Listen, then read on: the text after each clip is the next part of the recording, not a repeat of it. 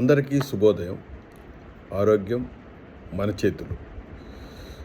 ఆరోగ్యం అంటే శారీరకంగానే కాదు, మానసికంగా, సామాజికంగా వ్యాధి కానీ బలహీనత కానీ లేకపోవటము.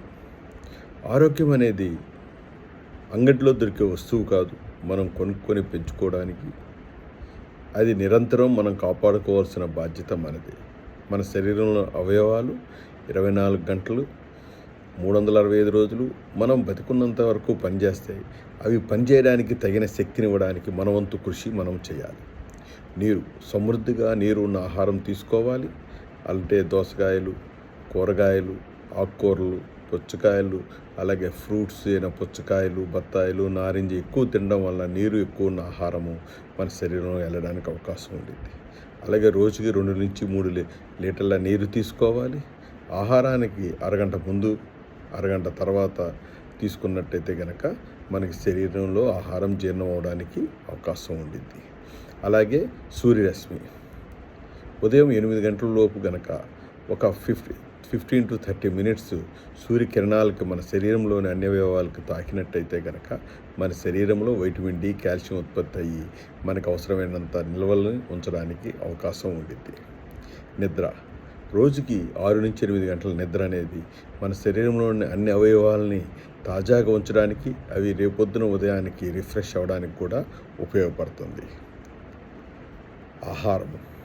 ఆకలిగా ఉన్నప్పుడు ఆహారం తీసుకోవటం, ఇంకా కొద్దిగా తింటే ఆకలి తగ్గిద్దనంగా మనం మానేయటం అత్యంత ఉత్తమమైన ప్రక్రియ. మనం తీసుకునే ఆహారము ఈజీగా జీర్ణం అవడానికి, మనం నమలడం ఎక్కువసేపు చేసినట్టయితే కనుక ఆహారం జీర్ణం ఎక్కువగా అవడానికి అవకాశం ఉండిద్ది.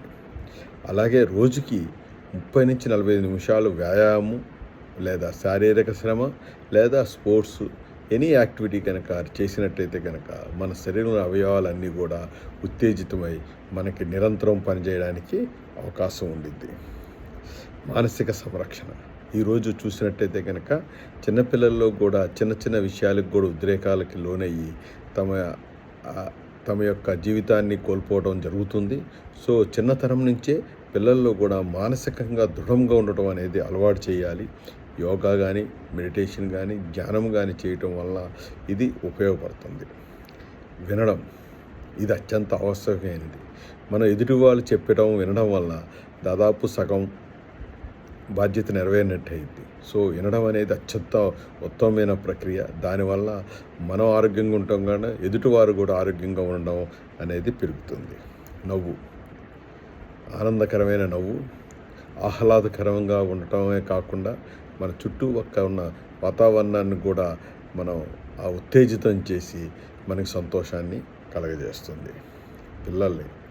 చిన్నప్పటి నుంచే పిల్లల్ని క్రమశిక్షణలో కనుక పెంచినట్టయితే కనుక వాళ్ళకి ముందు నుంచే అవసరమైన ప్రక్రియలు అన్నా కనుక చేసినట్టయితే కనుక కుటుంబ ఆరోగ్యం కూడా బాగుంటుంది. కుటుంబ ఆరోగ్యం బాగుంటే కనుక మన సమాజం యొక్క ఆరోగ్యం బాగుంటుంది. సమాజ ఆరోగ్యం బాగుంటే కనుక దేశ ఆరోగ్యం.